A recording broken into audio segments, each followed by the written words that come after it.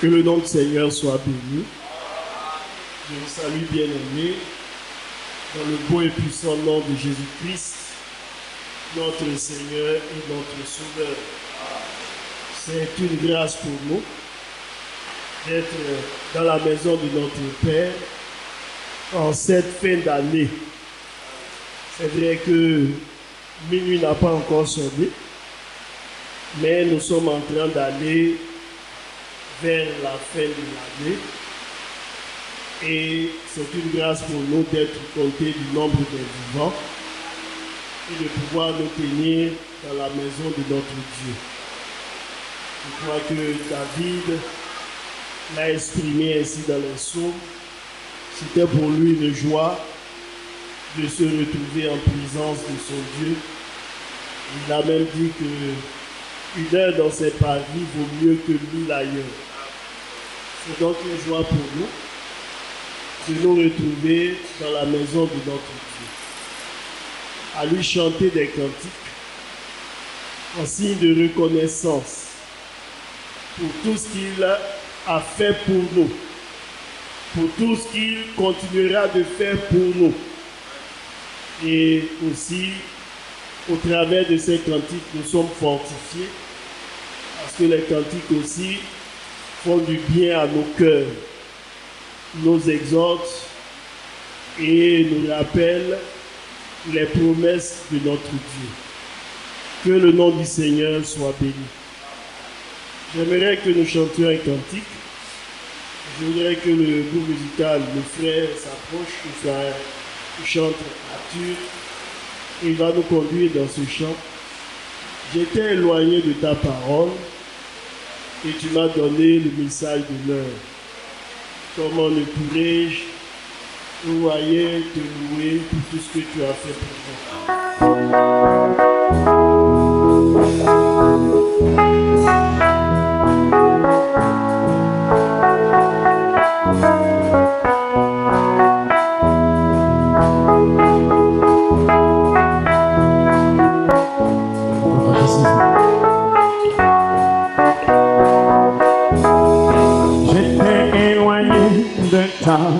Parole, tu m'as envoyé le Fils pour j'étais vraiment dans la confusion.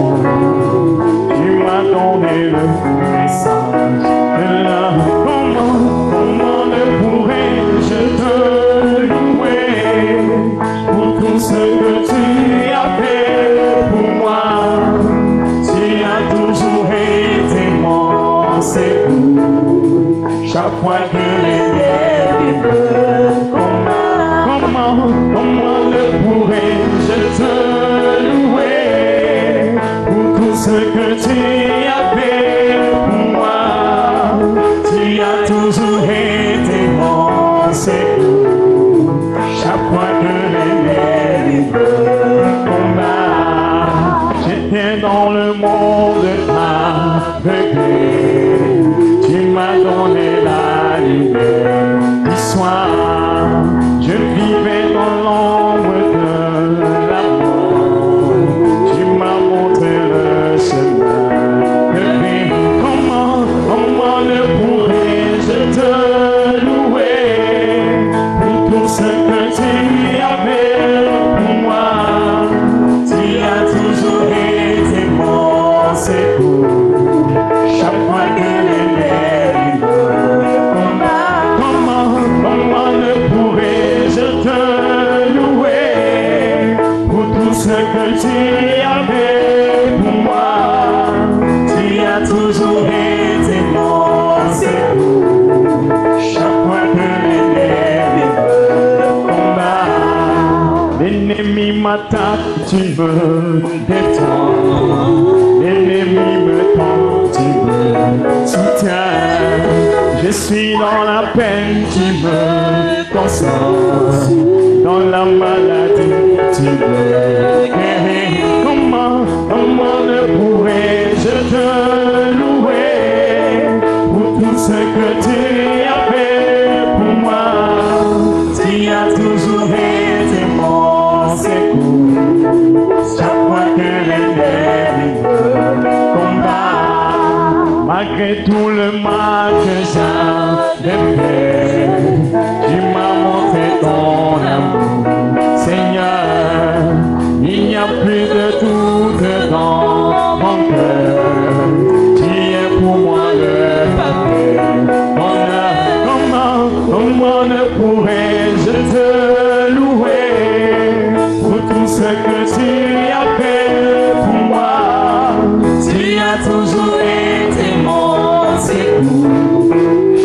fois que l'ennemi me combat. Comment ne pourrais-je te louer pour tout ce que tu as fait pour moi? Tu as toujours été mon secours chaque fois que l'ennemi me combat. Comment ne pourrais-je te louer pour tout ce que tu as fait pour moi? Tu as toujours été mon secours chaque fois que l'ennemi me combat. Allez, que le nom de notre Seigneur soit glorifié. Comment est-ce que nous ne pourrons pas louer notre Seigneur pour tout ce qu'il a fait pour nous? C'est vrai, lorsque nous sommes dans la détresse, il nous console. Lorsque nous sommes dans des situations difficiles, il nous secourt. Lorsque nous sommes malades, il nous guérit. Il est, vous voyez, celui-là qui répond à nos attentes. Et nous disons que son nom soit béni, que son nom soit glorifié. Alléluia. Alors nous allons voir un tout petit quelque chose ce soir. Notre bien-aimé, le serviteur de Dieu, a donné un beau message où nous avons tous été interpellés à prendre des initiatives pour le Seigneur, à être dévoués pour le Seigneur, à être plein de ferveur, de zèle pour le Seigneur. Et toutes ces choses-là ne sont que pour notre bien à nous-mêmes. La Bible déclare que Dieu est dans le ciel, nous sommes sur la terre. Et quand nous faisons quelque chose de bien, c'est à nous que cela profite. Que donc le nom du Seigneur soit béni et que Dieu bénisse son serviteur pour ses paroles. Nous allons prendre nos Bibles et nous allons lire quelque chose dans les livres de 1 Jean, au chapitre 2.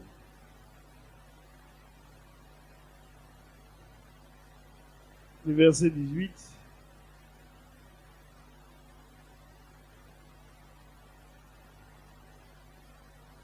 Je vais lire la parole de Dieu. Petit enfant, c'est la dernière heure. Et comme vous avez appris qu'un antichrist vient, il y a maintenant plusieurs antichrists. Par là, nous connaissons que c'est la dernière heure. Que le nom du Seigneur soit béni. Vous pouvez vous asseoir. C'est la moitié du verset. C'est la dernière heure. Nous sommes parvenus au temps de la fin et nous chantons ce cantique-là. Vous voyez, qui nous exhorte à prendre courage. Nous avons ce cantique que nous chantons, entends-tu ce cri solennel qui retentit. Entends-tu le cri solennel de la fin des temps. Il n'y a plus d'autre appel, c'est bien le dernier. Nous sommes à la fin. Mon frère, où seras-tu? Ma sœur, où seras-tu? Pour l'éternité. Alléluia. Nous sommes au temps de la fin. Et tout se dessine sous nos yeux pour nous indiquer que nous sommes à la dernière heure. Et vous voyez que l'apôtre Paul, qui est le premier messager de l'Église des nations, selon que le Seigneur l'a appelé et l'a établi apôtre des païens, et la révélation contenue dans le livre d'Apocalypse au chapitre 2, écrit à l'ange de l'église d'Éphèse, et nous croyons que ce ministère-là est lié à l'appel de Paul, l'apôtre Paul, qui a été le premier messager de l'église des nations et qui a apporté ce message de salut au milieu des nations. Alléluia. Oui, bien-aimés. Aujourd'hui, ce même message de salut nous a été aussi apporté à nous. Mais déjà dans le premier âge, qui est l'âge de l'église d'Éphèse, vous voyez, avec l'apôtre Jean, puisque Jean fait partie des 12 apôtres, ceux-là qu'on appelle les croyants, vous voyez, qui ont précédé la manifestation des âges de l'Église, parce que nous avons les 12 apôtres, le Seigneur ressuscité, qui les avait choisis, qui les a envoyés, et plus tard, l'apôtre Paul qui a été choisi pour les nations. Mais déjà, après la résurrection du Seigneur, l'apôtre Jean dit, c'est la dernière heure. Si nous lisons le livre de Romains, le chapitre 13, vous verrez que l'apôtre Paul nous dit que cela importe d'autant plus que vous savez dans quel temps nous trouvons. La nuit est avancée et le jour approche. Alléluia. Toujours dans la même pensée. Mais le Seigneur n'est pas venu en leur temps. Et eux vivaient comme si le retour du Seigneur pouvait intervenir d'un jour à l'autre. C'est cette pensée-là que Pierre a repris dans son épître. Au deuxième, vous voyez le deuxième livre, la deuxième épître de Pierre, il a parlé des moqueurs. Ceux-là qui se lèvent et qui disent, vous parlez du retour du Seigneur. Vous dites que Jésus-Christ revient bientôt. Mais, ça fait combien d'années que nous sommes dans l'attente de son retour et jusqu'à présent, rien ne se passe comme vous le dites. Oui. Pierre dit qu'il veut ignorer qu'il y a eu autrefois des cieux qui ont passé. Alléluia. C'est ça la réalité. Mais est-ce qu'aujourd'hui nous n'avons pas des moqueurs dans ce monde? Quand vous leur parlez du retour du Seigneur, ils vous regardent et puis ils se rient de vous. Des hommes comme toi ont annoncé cela. Ça fait, vous voyez, 2000 ans de cela. Votre Jésus là n'est jamais venu. Et toi aussi tu es toujours dans les mêmes déclarations, dans les mêmes illusions. Oui. Vous savez, le moqueur, quand il parle dans le but de vous faire mal. Il parle dans le but de vous blesser. Par ses propos déplacés. Mes frères, Dieu lui-même, il défend sa cause. Parce que vous n'allez pas aller, si vous voulez défendre le Seigneur, là, vous allez lancer les coups de poing. Vous ne pouvez pas empêcher les hommes de dire ce qu'ils veulent dire. De penser comme ils veulent le penser. Mais ce qui est certain, c'est que la promesse de son retour est une réalité. Et cette promesse-là, elle s'accomplira comme le Seigneur lui-même nous l'a annoncé. Pour nous les croyants, ce qui nous importe, c'est que nous soyons prêts. C'est ça qui est important pour nous. Jésus reviendra, oui, comme le pasteur le dit. Notre Seigneur nous a dit qu'il reviendra. Jean 14, on lit beaucoup ça. Et quand on lit, on est dans la joie. Je vais vous préparer une place. Et quand j'aurai fini de la préparer, je viendrai vous prendre. Afin que là où je suis, vous y soyez aussi. S'il n'en était pas ainsi, je vous l'aurais dit. N'est-ce pas? Que votre cœur ne se trouble point. Croyez en Dieu, croyez en moi. On lit tous ces passages-là. Et nous croyons que c'est la vérité.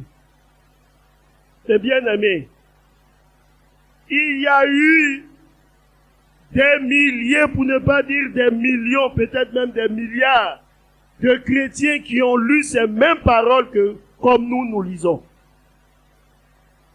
Et aujourd'hui, ils ne sont plus. Eux aussi attendaient le retour de Jésus-Christ, leur Seigneur et notre Seigneur. Mais ils se sont endormis dans la foi. Parce que justement, le retour de notre Seigneur n'était pas censé les trouver vivants. Mais ce que le Seigneur recommande ou demande à chacun, c'est que nous soyons trouvés dans la foi lorsque nous devrons quitter cette terre. C'est ce que le Seigneur il demande. Le Seigneur ne nous dit pas comment nous allons partir. Il ne dit cela, peut-être que si le Seigneur fait la grâce à quelqu'un de lui révéler, c'est autre chose. Mais, généralement, nous ne savons pas comment cela va se passer. C'est le Seigneur seul qui le sait. Alléluia. Mais le Seigneur te dit, veille à être prêt. C'est tout. C'est la recommandation qu'il nous donne. Peut-être dans le sommeil, peut-être dans la maladie, peut-être lors d'un accident, et ça peut arriver à tout moment. On ne dit pas, non, je suis tellement sain que je ne crois pas que ça puisse être par un accident, que ça puisse être par une maladie. Parce qu'il y a eu aussi de ces hommes qui sont morts de maladie. Alléluia. Le prophète de Dieu, je crois c'est Élisée, si je ne me trompe pas, est mort de maladie. Mais qui va mettre en doute son ministère, son appel? Personne. Mais le Seigneur est souverain. Et il fait comme il veut. Et il ne demande des comptes à personne. Et personne ne lui demande pourquoi.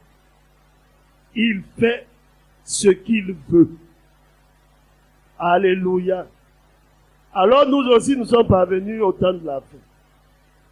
Et le temps de la fin a aussi, vous voyez, tout ce qui l'entoure et tout ce qui va avec. Aujourd'hui, nous voyons les dépravations de mœurs. On voit l'orientation sexuelle des uns et des autres. Et tout cela est censé être accepté par la société. Les hommes n'ont plus honte. Autrefois, pour voir deux personnes du même sexe s'afficher, c'était vraiment difficile. Mais maintenant, c'est devenu un fait banal. Parce que on a commencé à vulgariser cela. Quand il y a un film qui passe, il y a une petite scène, vous voyez des personnes de même sexe qui ont tendance à manifester leur amour. Et toutes ces choses-là sont pour amener les hommes à accepter ce fait-là. Nous vivons, c'est vrai, dans un monde, mais nous ne sommes pas censés accepter tout. Cependant, nous respectons le choix de chacun. Mais nous reconnaissons que la parole de Dieu est la vérité. Ce qu'elle nous dit est juste et correct. Dans certains pays du monde, on ne peut plus prêcher contre ces choses-là. J'ai vu sur les réseaux sociaux des chrétiens qui ont commencé à prêcher sur cela dans un pays européen et la police est venue les arrêter. Ils ont été conduits, je crois, dans leur poste de police. Et puis, bon, je ne sais pas qu'est-ce qui s'est passé par la suite. Mais les hommes ont du mal à prêcher les vérités bibliques sous le prétexte qu'il y a des lois qui ont été votées et qui, vous voyez, pénalisent tous ceux-là qui vont contre ce que la loi a décidé comme étant juste, correct pour la société. Mais cependant, nous sommes dans un monde où on parle de liberté, de droits de l'homme. Ce que l'autre conçoit comme étant juste pour lui n'est pas forcément juste pour moi. Donc la liberté voudrait que ce qui n'est pas juste pour moi, je puisse dire que ce n'est pas juste. Et ce que lui aussi il estime être juste pour lui, qu'il puisse dire que cela est juste.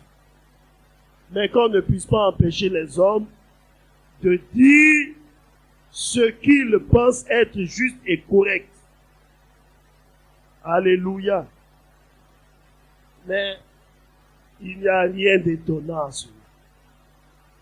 Parce que notre Seigneur nous l'a dit, que c'est ce qui arriverait. Vous voyez, nous parlons de Sodome et Gomorrhe. Quand on lit Genèse, quelque chose, vous voyez, de frappant est dit là. Quand vous lisez Genèse, vous voyez que les hommes ne se cachaient pas. Hein. Quand les anges sont arrivés, ils sont allés frapper à la porte de Lot.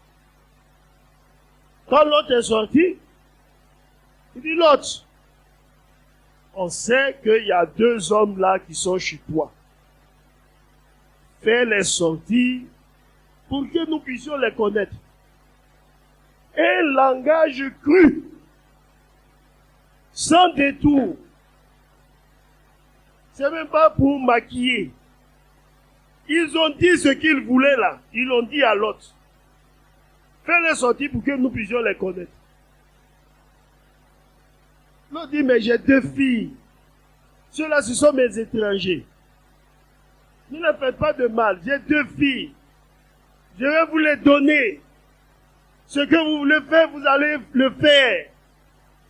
Mais les 2 là, ne les touchez pas. Vous regardez l'autre. Il dit, mais toi, un étranger m'a parmi nous. On a eu, vous voyez, la pitié, la bonté de permettre à ce que tu séjournes au milieu de nous. Et puis tu veux jouer à quoi? Alléluia. Ça, c'était du temps de Lot. Mais est-ce que ce n'est pas le même esprit aujourd'hui? C'est le même esprit. Les hommes n'ont plus honte. Oui. Et ça, c'est l'un des signes qui montre que nous sommes à la fin des temps. Un autre s'élève. Il estime que lui, il est le Christ. Est-ce que le Seigneur ne nous l'a pas dit?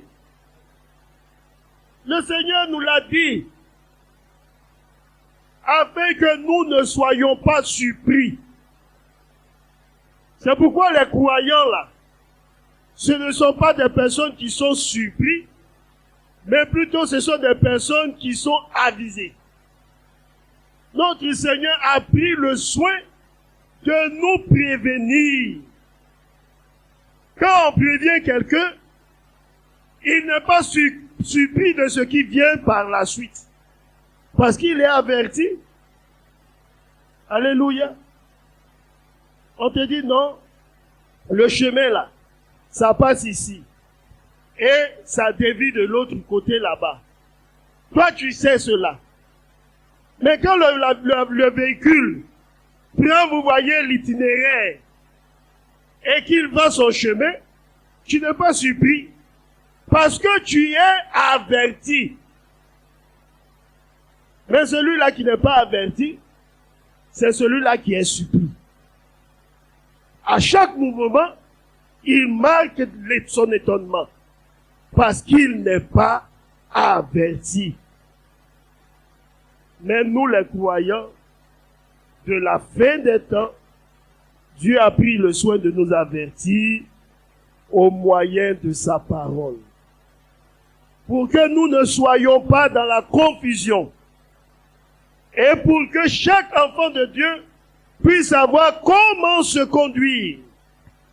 Vous savez, dans le livre de Matthieu, le chapitre 24, le Seigneur dit aux croyants, prenez garde que personne ne vous séduise. Oui, parce que nous sommes dans un temps de séduction.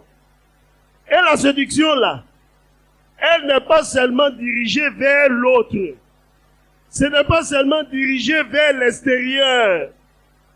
La séduction, elle est aussi, vous voyez, à l'intérieur de soi-même. Parce que nous-mêmes, nous pouvons être notre propre séducteur. Souvent quand on dit, il y aura, vous voyez, des séducteurs, prenez garde à ce que vous ne soyez point séduits. Nous, on regarde surtout le dehors là. On regarde l'autre. Je veille à ce que lui ne puisse pas me séduire. Je veille à ce qu'elle ne puisse pas me séduire. Mais on oublie que nous-mêmes, nous pouvons être notre propre séducteur. Alléluia. Et là, tu dois aussi prendre garde. Vous savez, l'apôtre Paul dit aux croyants que lui aussi, il traite durement son corps pour que, après avoir prêché aux autres, lui-même ne soit pas rejeté. Alors, l'apôtre Paul était conscient que nous-mêmes, nous pouvons être notre propre séducteur. Quand nous avons notre pensée, quand nous avons nos objectifs, nos ambitions propres, et que nous ne les allions pas avec la parole de Dieu, nous devenons notre propre séducteur. Alléluia. Regardez Balaam. Quand Balaam va pour maudire les enfants d'Israël, qui est son séducteur? Qui? Et lui-même, il est son propre séducteur. Quand Dieu lui dit, n'y va pas, il s'en va, il s'assoit. Il regarde les promesses. Il regarde la richesse. Et puis, il retourne, il dit, Seigneur, est-ce que je peux partir? Et Dieu lui dit, bon, va. Et en route, Dieu veut le tuer. Qui est son séducteur? C'est qui? C'est lui-même son séducteur. Parce qu'il n'a pas écouté la voix de Dieu. Cette voix qui s'est adressée à lui et qui lui a déconseillé cela. Il est quand même parti. C'est dans le livre de Pierre que son intention nous a été révélée en nous disant que il a fait par motif de cupidité à cause des promesses que Balak lui avait fait. Je vais te donner ceci. Je vais te donner cela. Tu auras de grandes richesses. Lui, il a regardé ça, le prestige. Tout ce qu'il allait avoir. Il a dit, alors là, ça mérite que je puisse tenter le coup. Mais le Seigneur n'a pas été avec lui. Et si vous lisez les Écritures, vous allez voir que Balaam lui-même, si je ne me trompe pas, a été tué par les enfants d'Israël. frères. Nous prenons le serviteur d'Élisée. Alors que Naaman le Syrien est venu, dans l'intention d'avoir sa guérison, Géasi.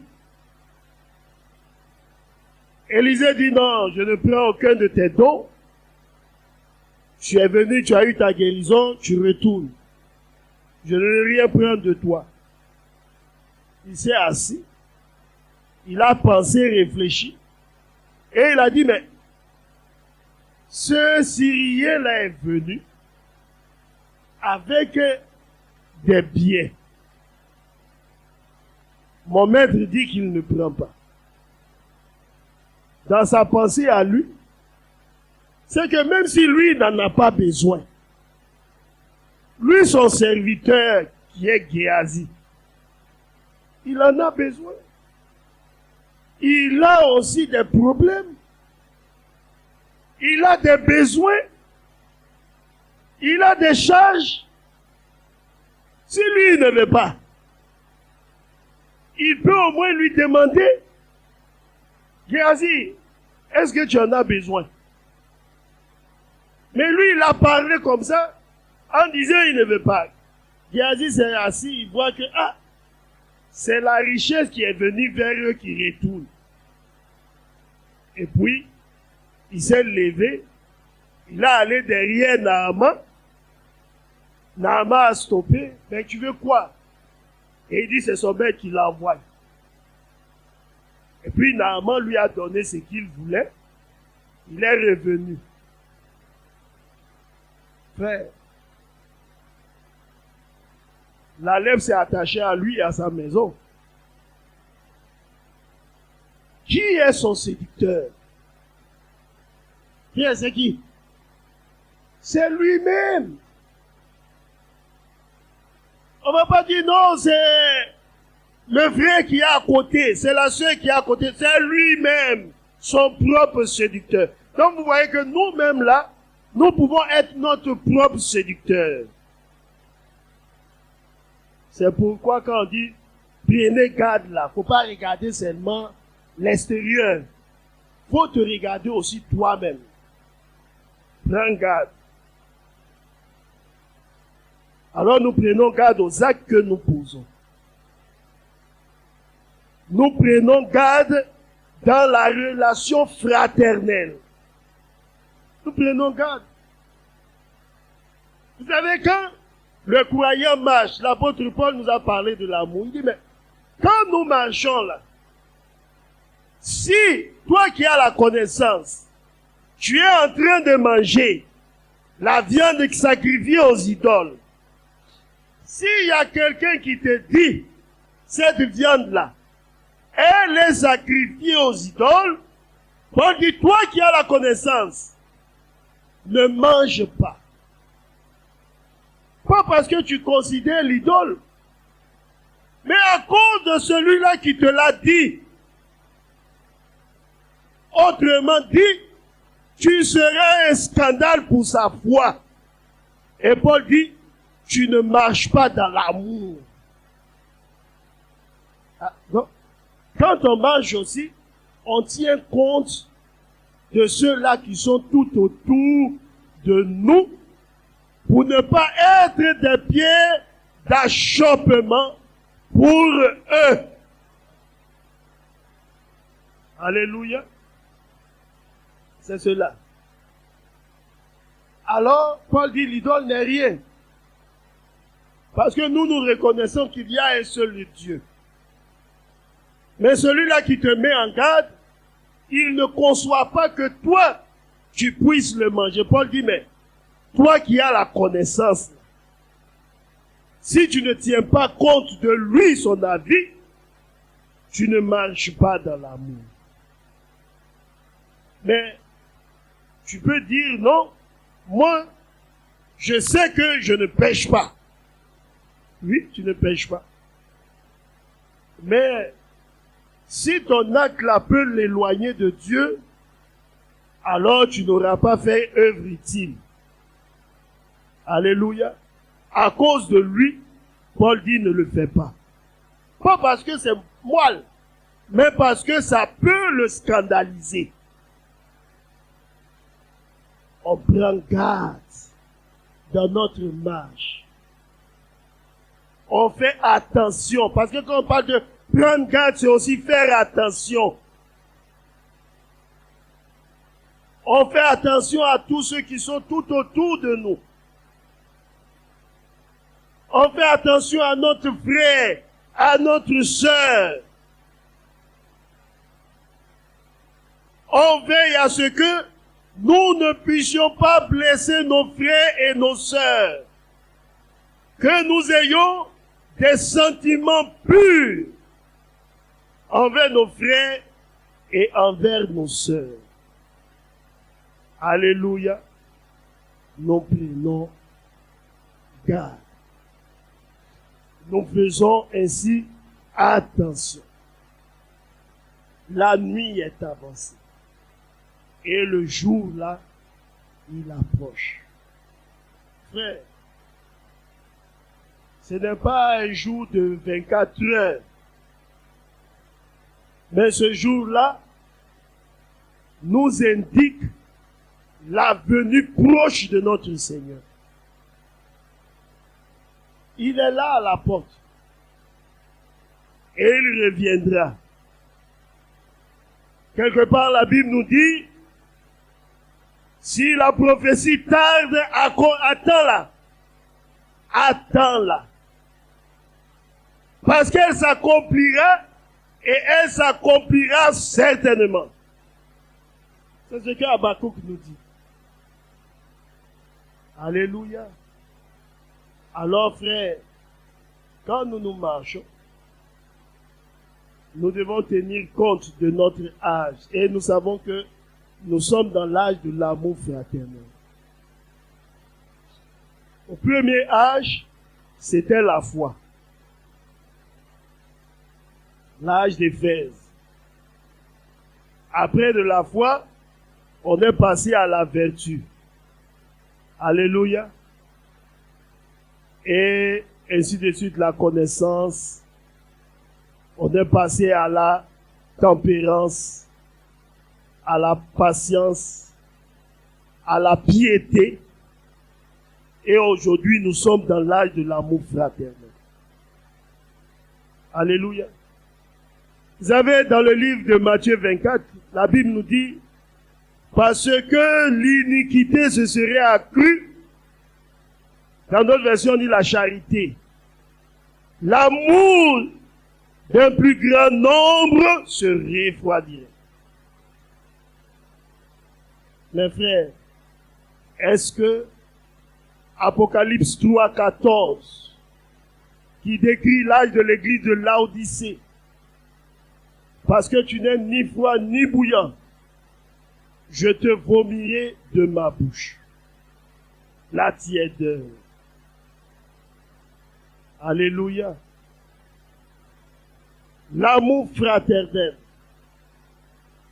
C'est cet amour décrit dans les Écritures qui nous dit que l'amour couvre une multitude de péchés. Comment aborder mon frère? Comment aborder ma sœur? Quand bien même nous pouvons être blessés, quelle est la démarche que nous devons adopter? Oui, cela est important. Vous savez, je l'ai dit une fois, quand j'écoutais un pasteur du message qui parlait, et je l'ai dit même ici, il dit Dieu, il vous prend dans votre responsabilité face à un fait. Dieu ne vous demandera pas des comptes sur l'agissement d'un frère dans une situation donnée. Mais Dieu vous demandera à vous les comptes de votre agissement face à une situation donnée. De sorte à ce que tu ne pourras pas dire au Seigneur, si j'ai fait ça, c'est parce que lui, il a fait comme ça. Si j'ai fait ça, c'est parce qu'elle a fait comme ça. Parce que le Seigneur, au travers de ta parole, de sa parole, il te dirait, mais quand même, il a mal agi vis-à-vis de toi. Moi, je t'ai dit quoi? Dans ma parole, là. Je t'ai dit comment tu dois agir, non? Je prends un exemple simple. Si quelqu'un vient et qu'il te piétine, il te donne soit un coup. La réaction humaine, c'est de lui rendre. Et quand on va te demander, tu vas dire non. C'est lui qui m'a tapé en premier. C'est pourquoi aussi je l'ai tapé. C'est comme ça que tu vas justifier. Et les hommes vont regarder, on va dire, ah oui, c'est parce qu'il a donné le coup en premier que lui aussi il a donné le coup en deuxième. Donc il a riposté. C'est la légitime défense. Ça, ce sont les hommes. Maintenant, Dieu, dans sa parole, il te dit que si ton frère te fait du tort, il faut lui pardonner. C'est une autre logique. Alléluia. Donc le coup que toi tu rends là, ça va en contradiction avec lui, sa disposition, selon sa parole. Donc tu ne peux pas justifier ton acte devant le Seigneur. Alléluia.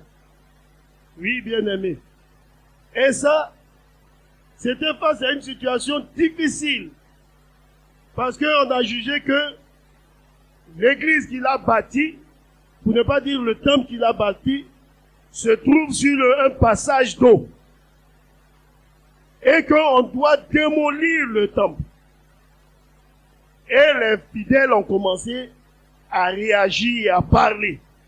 Parce que c'est un ministre de la République qui avait dit que l'église allait être détruite.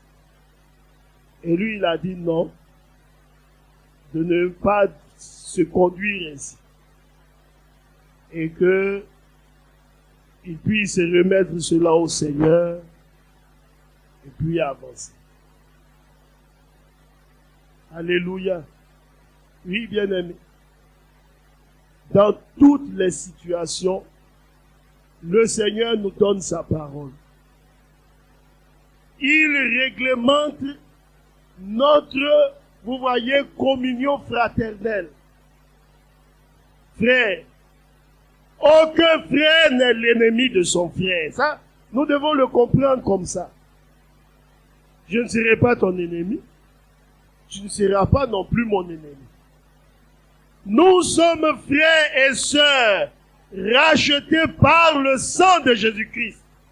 Et il n'y a pas de plus grand lien que cela.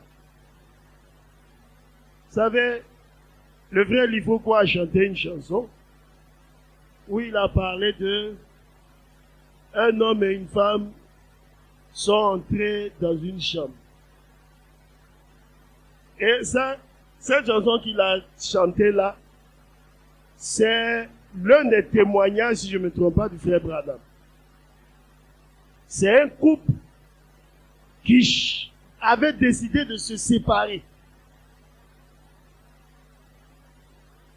Et dans l'intention de se séparer, ils ont posé la question. Il y a un avocat, si je ne me trompe pas, qui a dit, mais, parce que, si vous voulez prendre un avocat, il y aura les frères. Hein. Les frères vont intervenir, vous-même, vous n'aurez rien. Donc, qu'ils puissent, si je ne me trompe pas, partager les choses entre eux. Et puis, ils sont rentrés dans la chambre. Ils ont fait leur partage, et puis ils sont tombés, si je ne me trompe pas, sur la chaussette de leur enfant. Ah oui, Dieu aussi est bon. C'est cette chaussette-là que chacun voulait avoir. Monsieur veut, madame veut. Qui prend, qui ne prend pas. Et dans cette lutte-là, les deux ont commencé à pleurer et se sont embrassés. C'était la réconciliation. le bien de leur enfant, là, c'est ce qui les a unis. Personne ne voulait laisser ça à l'autre. Mais si personne ne veut laisser à l'autre, alors il faut que nous soyons ensemble pour conserver la chose. Alors ils se sont réconciliés. Il n'y a plus pas là. Alléluia. C'est vrai. Ce qui nous unit est plus grand que ce qui peut nous diviser. Et si nous comprenons cela comme ça, nous allons marcher facilement. Oui, bien-aimés. Dans la marche, beaucoup de choses peuvent intervenir. Les blessures, les frustrations, le mécontentement. Toutes ces choses-là vont intervenir dans la vie du croyant. Mais ton Seigneur, il est là, dans sa parole, et à chaque fois, il t'interpelle. Quand la douleur vient, il dit, regarde à moi. Moi, j'ai porté plus que cela. Alors, rien de ce que toi, tu peux endurer n'est au-delà de ce que moi, j'ai enduré. Supporte, pardonne, et puis avance. Frère, quand on marche comme ça, on a le cœur léger. On est en palabre avec personne. Et puis, vous voyez, tous sont prêts à venir vers vous. Parce que vous aimez la paix partout où vous vous trouvez. Il y a des hommes comme ça, hein. Tout le monde se sent bien avec eux. Quand ils sont dans un lieu, tout le monde veut être là avec eux. Et c'est ce que chaque frère doit pouvoir être dans son environnement. Que chaque frère puisse être, désirer sa compagnie. Alléluia. Et notre Seigneur est capable de le réaliser dans nos cœurs, dans nos vies. Que le nom de notre Seigneur soit béni. Nous allons recevoir cette bénédiction de la foi. Que l'Éternel te bénisse et te garde. Que l'Éternel fasse briller sa face sur toi et t'accorde sa grâce. Que l'Éternel lève sa face vers toi et te donne la paix.